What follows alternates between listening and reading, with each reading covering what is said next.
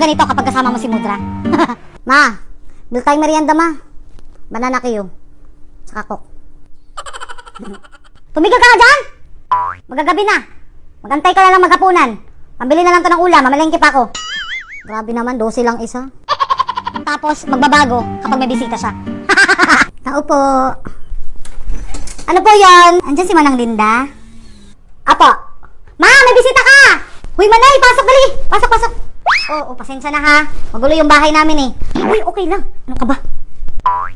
Eduardo! Magwalis ka dito! Eh, may bisita! Puro lang kayo ano dyan. Upo, upo, upo. Upo ka. O, teka lang ha. Magpabili ako ng merienda. Yonora! Nakakainis, di ba? Ano? Yonora, anak! Bumili ka ng merienda doon. RC.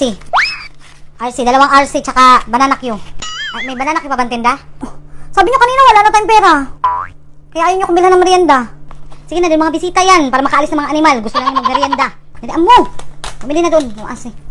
Bisa mo ha? Eh, yung ganito. Ramdam mo ba? Ma, tingin ako RC. Mamaya na kayo sa bisita muna. Grabe naman. O, anong ginagawa mo? Huwag ka dyan uminom. So, gamitin mong baso. Mag-ano pa kayo ng hugasan. Mabasag pa yan. Oo na, ito na oh. Ito na. Oo na, gamitin ko na ito. Tingin ako RC. Pero sa bisita, ganito siya. Ilabas mo yung magandang baso ang gamitin mo. O yan, ang magandang baso pag sa bisita, magandang baso. Minsan, ang nakakainis rin sa bisita, lakas lumamon. Paano, libre? Oo. Kasi meeting yan sa mga homeowner. Ulit-ulit na lang yung kwentuhan nila. Gusto pa yata dito maghapunan. Tapos yung ganito, yung uutusan ka na wala sa oras. Sandali lang, Mars, ha? Sandali, ha? Hoy, yan, Nora. Alisin mo yung mga kalat dyan. Linisin mo yung kubeta doon. Tingnan mo yung kubeta ko malinis. Baka maka-CR pa yan. Pag madumi ang kubeta natin, baka chismis pa tayo niyan. Linisin mo yung kubeta doon. Linisin mo yung kubeta. Linisin mo. Oo na, ito na lilinisin na. Ayan. Sige na ha, uwin. Ano, mauna na kami ha. Salamat sa merienda. Oo, sige, salamat ha. Ay, salamat. Alis na. Ay, salamat. Busog na. Alis na kayo kasi busog na kayo. Yonora! Linisin mo itong mga pinag-inuman ng mga bisita. Mga baso, hugasan mo na agad yan. Linisin mo rito, magwalis ka rito! Kaya ang ending, ikaw lahat maglilinis ng pinagkalatan, pinagkainan ng bisita. Kasama pa lang may bunganga ni Mudra.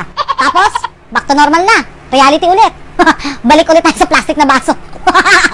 Alam ko ba bakit may mga ganyang tayong klaseng eksena na pag mayang bisita kailangan dapat presentable lagi, dapat talagang mamahalin yung nilalabas mong kagamitan para talagang presentable, ano? Pero minsan ginagamit ko sa bisita mga disposable. Para wala nang hugasan, no?